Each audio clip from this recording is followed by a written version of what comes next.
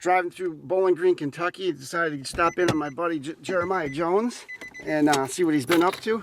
Figured I'd grab the camera and let you guys see what he's been up to along with me. You know what? First, let's go back to July 30th, 2006. It happened in the first turn of the Unadilla ATV National. This crash would sever Jeremiah's spinal cord, leaving him paralyzed. It's hard to watch, and I debated even putting it in this video, but like it or not, it's a part of Jeremiah's life. As you can see, there was some bumping on the inside of the turn, and they kind of pushed their way out to Jeremiah's white factory-backed Suzuki on the outside of the turn. This life-changing moment ended Jeremiah's extraordinary professional career. He would never walk again. Later, his wife even divorced him. 3 devastating things. But none of these things ruined Jeremiah's life like even one of them very well could have. Jeremiah's story reminds me of Bo Jackson's. Bo Jackson has some room. One man to beat him from behind. Kevin Walker saves another touchdown. Their injuries aren't even comparable, but the point in their places in their respected careers are identical. Some, including myself, call Bo Jackson the best athlete of all time. Heisman Trophy winner. He ran a 4:13.40, the fastest ever recorded. He was the only major league player in history to be named an all-star in both football and baseball. It was an honor just to see Bo Jackson play ball. Bo's hip injury from being tackled from behind happened when his amazing professional career was just getting started. It ended his football career, and the Royals cut him from the roster shortly after.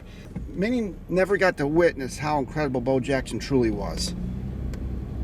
Jeremiah was just as gifted with unparalleled talent as Bo's. On the track, he somehow found another gear, leaving the fastest riders on the planet scratching their heads wondering how he was just going that fast. Jeremiah won the motocross championship in 2000, the Grand National Championship in 2001, and he also won the 2003 motocross national championship.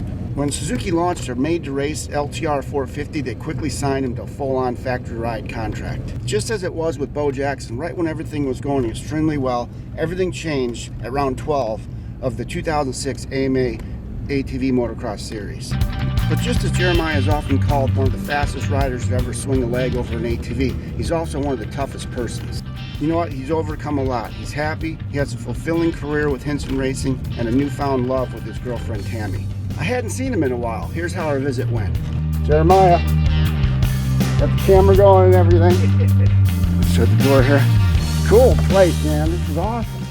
Good seeing you again, my brother. It's been a while. Yeah, you too. Yeah. Awesome. Yeah, it's been a while. And look at, is he sitting around in the house watching TV? Nope, I didn't think so. You got some major stuff going on here, like I've seen in the in your Facebook page, and we got a lot to catch up with. I'm excited. Oh yeah. Where do we begin? I guess where I want to begin is the new race team you got going.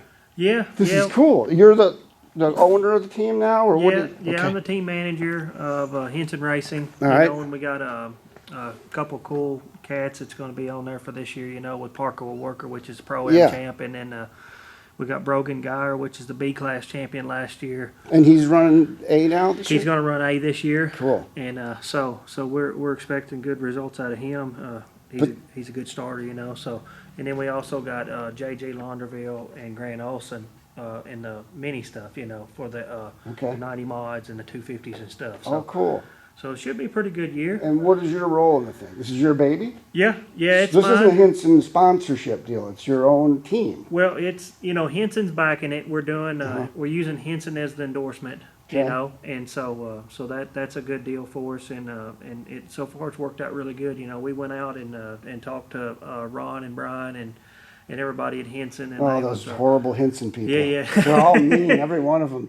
Yeah. Yeah. So they was really stoked on what we're wanting to do, and yeah, we're broadcasting Hinson, you know, and endorsing them really well this year. You know, I get along really good with them. They're you know, they're pretty much family to me, you know, and you know, Wayne's always treated me like one of theirs, you know, and Ron and Brian's been great, you know, and the whole family, you know. So I know it. It's been a. Can you imagine if Wayne didn't dabble with Gary Denton back in the day, and he just messed around with that McGrath guy? Yeah. They care less about ATVs. Oh yeah. I mean, yeah. what And you know, the dominoes that have happened because of the Hinsons and Yeah. especially Wayne Exactly. from day one. I mean, Yeah. you wouldn't be doing this team probably even. Who I know. knows? You might not even been a factory back rider. We don't I know. know, He exactly. was so instrumental to our sport. Yeah, he was. You know, I mean, when I got hooked in with Suzuki back in the day, it was a big part of Wayne. I know. You know. Yeah, so many And, things. and so he helped me get, get started into that to be able to try to make some money doing it and show my talent. You know, I know, so man. it was a big deal. But he's been a big influence on everything that I've done. You know, as long as my trackside stuff too, I'm still doing that again this year. So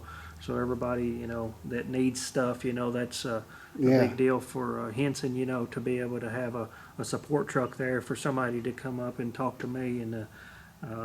And I can, give them the right questions and answers and stuff. You've already been doing this long enough. Do they know who they're talking to usually? Yeah. Oh, yeah. Good. I was going to say, if you guys don't know that this was arguably the fastest person to ever mount a four-wheeler. Yeah, my first win was at London, Kentucky. Okay. Is where it was at. I remember yanking the start, and I remember Travis getting second that day, and we was just gone. Like it was a good day, and that was those days that you look back on like, man, that was a fun day. It wasn't too stressful and hard or whatever. It was just going out and just putting in a good moto, and running up front. So right.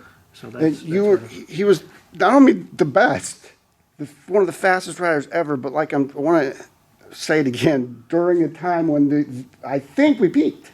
Yeah. I think that group of riders that we had in the 2000 to 2010 probably. Yeah. That 10 years was the fastest we'll ever see. Well, you had it was you had 35 or 40 pros. Yeah.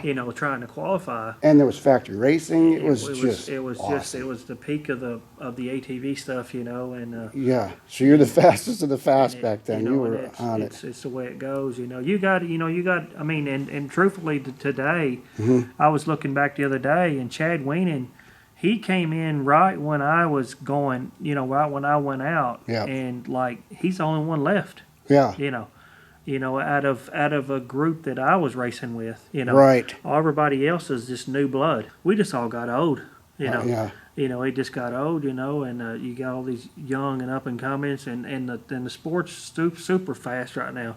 The bikes are so much faster than what they was even back then.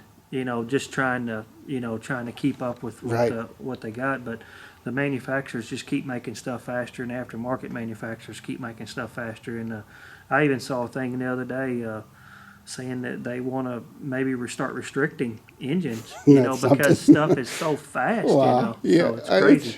That's something I never thought I'd see. Yeah. I know it. Wow. Yeah. So. But yeah, as you can tell, we're going to go a little long in this video, and I don't care because there's too much to discuss here. This is cool. You were a factory-backed racer. Do you think we'll ever see that again? Those days gone? For a while, I think. Yeah. I think until you start seeing, some of the top manufacturers come back in it, like Honda, Suzuki, right. Kawasaki. I think Yamaha, they're still doing a little bit of support, which Honda's doing some support this year, but it's still nothing like what it was, right. But it's going to take some years, just like it was when the 250R, when they quit doing the support for Honda back in the day, it took 14 years. They were scared or so, before it even come back, right. So it's just a matter of time. I think it will eventually later on come back, but the side-by-side market and stuff's really booming crazy right now. And once that, kind of peaks, I think you'll start seeing the ATV stuff kind of coming. Side-by-sides. How come you're not out there battling out with... I could just see you doing really good in that side-by-side. You're just never interested in it? Too busy with your stuff? Yeah, just... I've had a few, Wes Miller that time, I got that one from him, and then we also had Yamaha, did a 660 they gave me that time, and right. And when I got hurt, but just never really ever, I don't know, it's not like a four-wheeler to me, the four-wheeler was just so thrilling, and you got to ride it. You It's got talent. yeah, You can't just steer. you do, But I mean, like I said today, I see some of the guys that we used to race with, like the Cody Millers and the Hunter Millers. Yeah, and, they're doing and great. some of them guys are, and Timmy Farr, I mean, them guys are doing good, and making decent, living doing it, and They got hand controls. I'm just saying. Oh, I know it. Yeah, they got the You'd be hand good at controls, it, man. and I mean, I probably would have done good at it, I but know. I just never did really, Okay.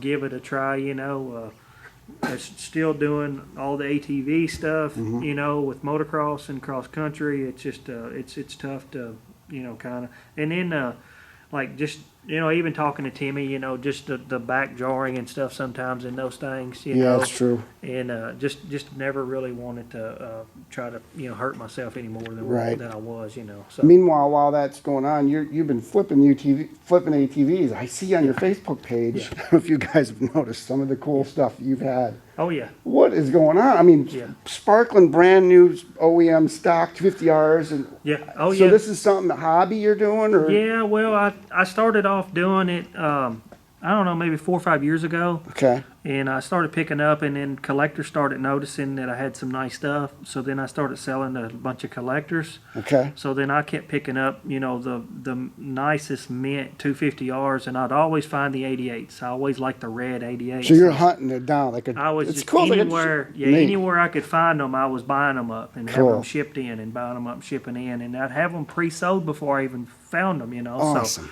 So it was good. It was a good money maker, and we had a good time doing that. Kind of died down doing a little bit of flipping. Every once in a while I'll get on a spree and I'll flip 3 or 4, and then I won't flip none for 4 Right. or 5 months or something. I'll flip 4 or 5 more or whatever. But there 4 or 5 years ago, I was flipping them as fast as I could get them. Didn't look like it, because the stuff I was looking at was pristine. I think you take a lot of pride in what Yeah. you're doing, because I look at the pictures like, holy Yeah, cow. and when Put I was your name on one of those when machines. I was it's- building, even the LTRs or the TRXs or whatever that I built, every little bolt was cleaned and pristine and wow. just perfect. When I put something together and wanted to put it out there for a customer, I wanted to make sure that customer was really happy with what he had.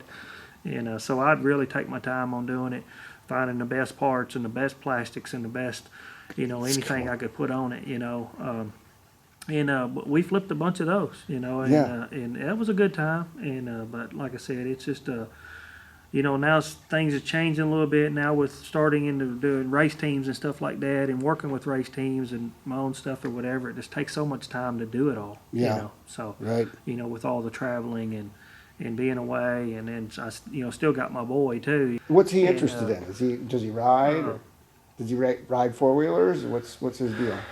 No, I mean I've had him a few 4-wheelers, and he just never really ever It's okay. put much attention to it. He's so much into basketball. Though. Like he knows about every NBA player. Okay. Like he can name them and tell you what their stats are and Cool. all that stuff. I mean, he knows Does that he play stuff down. too? Yeah, he plays. Yeah, he's played ball for the last 3 years. He likes it, and and we enjoy it. It's something different from racing. There was rumor about this Jeremiah dude in Kentucky. He's bad. You got to see him. And you didn't. I remember you didn't even get your driver's license on purpose. Was that? Am I right? Yeah, well, Because you just wanted to ride. well, It would take away from riding. Is that true? Yeah, it wasn't just about that. It was just about that, my family didn't have a lot of money, Okay. And I didn't want my mom and dad having to buy me a vehicle or whatever and try to spend, right. hundreds of thousands of dollars every year trying to get me through the racing Yeah, or whatever. yeah. One less obstacle. So it was just okay. one thing to instead of spending $50,000 or $60,000 or whatever on a nice vehicle, let's see. throw $50,000 into a race program. I got And you. that's kind of the way I put at it. And every year we just kept building and building and building off of it. And it was kind of like mom and dad put me through college. Yeah. Because I'm still doing it. Yeah. About 25 years later, we're still, fooling with quads and Yeah. going to the races and still Wow. doing everything. So it's kind of like they put me through college, and we've been doing, I've had my rough times and my good times, Mm-hmm. financially, whatever. But man, we're doing, okay right Cool. now. So everything's going good. So, like the quad flip market, Yeah. that's something that. It's a pretty easy market to do. you know, as long as somebody has good knowledge about, you know, what they needed, what they do or whatever, and you know, and I can do, you know, I've been doing it all. I can, you know, tear engines apart and fix engines, and I self-taught myself how to do all this stuff, you know. So it's just a matter of you know, the willpower of wanting to do something and wanting to make it in life, and you know, I never did give up. You never give up, Rachel, do you? You never give up. You know, I just kept on going. So that's just a part of it. We need to write a book someday. I mean, not today. Today we're doing a video, and while we're doing the video, give us a little tour. You got this cool little shop here. You're building a motor right here. Show us around a little bit. Yeah, I do. You know, I do customer engines just locally. You know, little KX100 motor for a buddy of mine. You know, that old bench there. I mean, I've probably built, you know, 300 motors off that bench. Just Wow. You know, when we first built this shop, you know, didn't have a table or nothing. I was like, all right, that fits me perfect because I can fit up under. Yeah, right. And yeah, you don't want a bunch of drawers and stuff. Yeah, And I can just wheel up under that thing and have everything where I need it at. And but like I said, the shop's a mess. But man, I know where everything's at. That's all. And you've been to PEPs, right? Oh yeah, Wayne Meridian. Exactly, yeah. You can't even get in his door, you know. No, he knows where everything is. But, you know, I kind of know where everything's at and stuff's organized where I want it to be at or whatever. And if I know, you know, if I keep it where it's at, you know, that's the way it goes. But yeah, we do anything from dirt bikes to utility stuff to sport quad stuff to cars. Yeah. You know, we do about everything, and then which I still got my Suzuki, you know, from. I was going to say, give us a tour of this bike. Yeah, Tell me about this. Yeah, I still got my Suzuki from back in the day. So, and it was the last bike Suzuki actually built for me, but they built it, and then I did have some hand control stuff on it at one time that I was playing with, but I haven't, you know, haven't even started the thing up in probably 3 years or something. But it's a brand new 2006. Got everything on it, full Yosh motor, you know, whole 9 yards done to it and stuff. So, but yeah, that's the one that's not going to be sold. Yeah, it's never going to be sold. Actually, Wayne Henson was saying something to me a while back about it. And he asked me if I still had it, and I said yes, and he said, don't ever sell it. Cool. You know, so it's just one of those collector's pieces that, you know, I'll keep in here, you know, and just let it sit. But it'll be like an old 250R one day, you know. It'll be a collector's piece. Isn't that something? It probably will, because all the old good quads, they don't make them anymore. Yeah. What's up with that? I know it. Yeah, it's crazy. And now I'm not even talking the LT, but the Raptor 125. What is with our sport? I know it. Yeah. All the good quads. You know, I mean, LT80. They don't make it anymore. I know it. Like, what? Yeah. Yeah, a lot of, you know, some of these quads, and, you know, and that's why everybody's, you know, a lot of these kids and stuff are running hybrid stuff. Yeah. You know, they're having to build a quad to go racing with. Just like there's nothing really good enough out there, you know.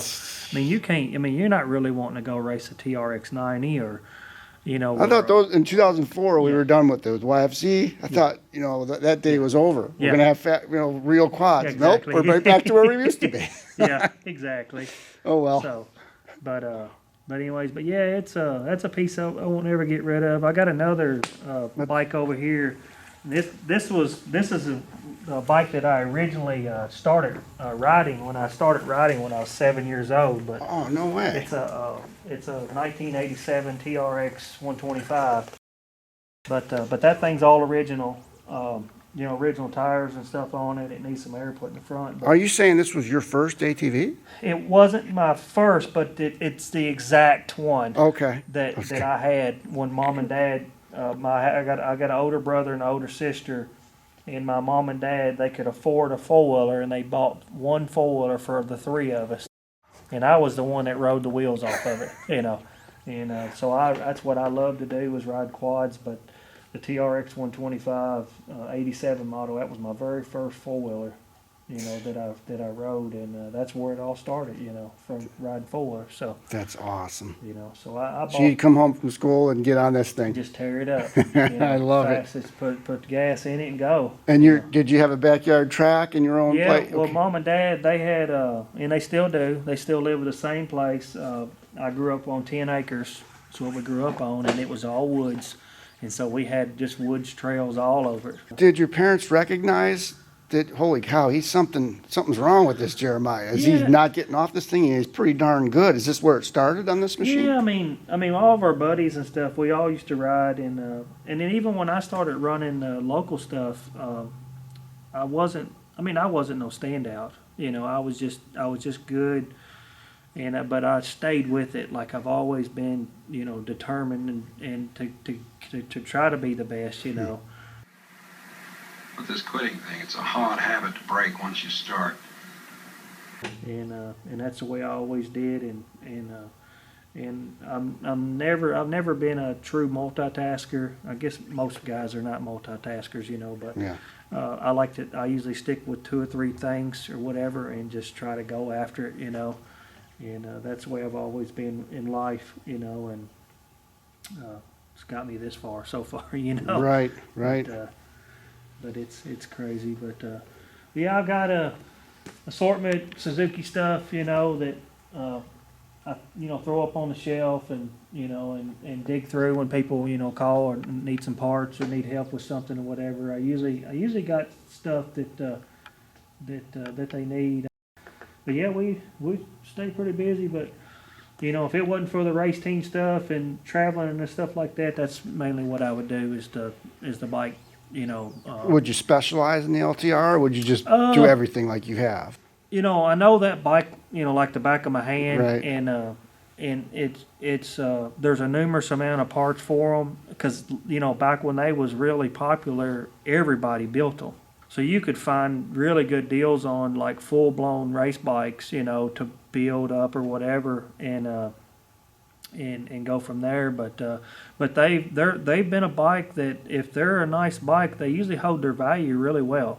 And then with everybody using the LTR front ends and stuff on these TRXs and Yamahas and all this stuff now, I was buying them up and selling the front ends off of them and stuff. Isn't that something? Tell me Yeah. about that. That's Yeah. because the geometry is right on the a Suzuki? The spindle design, from what I've been told, is really similar to the old ProTrack spindle.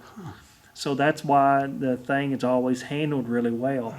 And so it's kind of even going back to the old days, of the ProTrax, Lager ProTrax, and the geometry of the LTR spindles is supposedly supposed to be really, really close, and that's why it works so good. Yeah. Mike Walsh told me that he patterns everything after the LTR. It's the most perfect quad. Yeah. We utilized the ergonomics off of the LTR450. Why is that? Hands down, the LTR450 is the best handling bike out there. It's got the best center of gravity, it's got the best weight distribution, and rumors have it was designed off of our DRZ 400 that Doug Gus won. I remember that quad. The first 4-stroke and first electric start to ever win the national. Doug should have that on a wall right now. I believe he has one of those, and TC and Wayne Henson were a part of that bike, and it was incredible.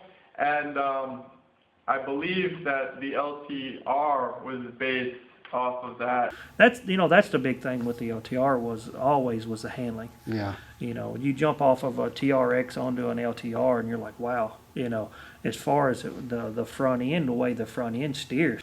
If you take that quad and as far as like the seat height to the foot peg height to the foot peg to the frame or to the ground height or whatever is the lowest, you can get it.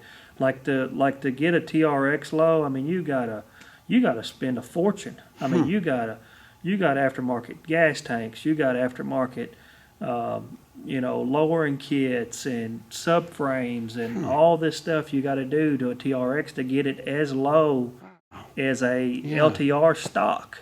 And we all old riders, I mean one of them, get the itch. Yeah. You still get the itch to ride? I mean, you watch these go by and you miss it?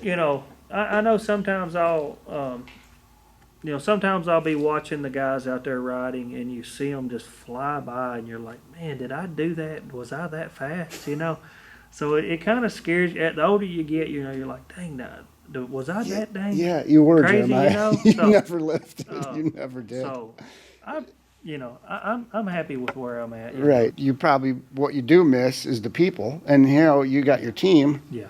You're able to. That's. I know who you are, and you miss that a lot. Is the people and stuff, and here you are still at the racetrack. Yeah, so hey, that's cool. I've not hardly missed any races since my accident, and still to this day, you see all the older guys come up and stuff. You know, you still, you know, socialize with them and see them, and just, you know, they recognize, you know, you as a past champion, you know, from back in the day, and it's a good deal, because, you know, not a lot of people's won that title. Respectful thing, you know, and that's true. And I respect all the people that win it. You know, I mean, I don't take anything, you know, because I know how hard it was and how much time you had to put into that to win that championship. You know, so it takes a lot of dedication and a lot of luck, you know, to make it happen. So. Sure does. Well, cool. Well, we ought to sum it up here. Otherwise, we're going to be going on a half hour on a YouTube video. I know you guys don't want to go that long, but you understand where I'm at. We had to go a little longer and talk because I haven't seen you in a while, and you got a lot of cool things to say. So, sum it up. Man, we wish you all the best of luck in this season. Go get a big deal Chevy trucks or somebody, right? Would that be cool? Oh, yeah. Double this garage and make it something cool. For sure. I'm glad you're still with us and doing this whole thing. It's awesome. Oh, yeah, for sure.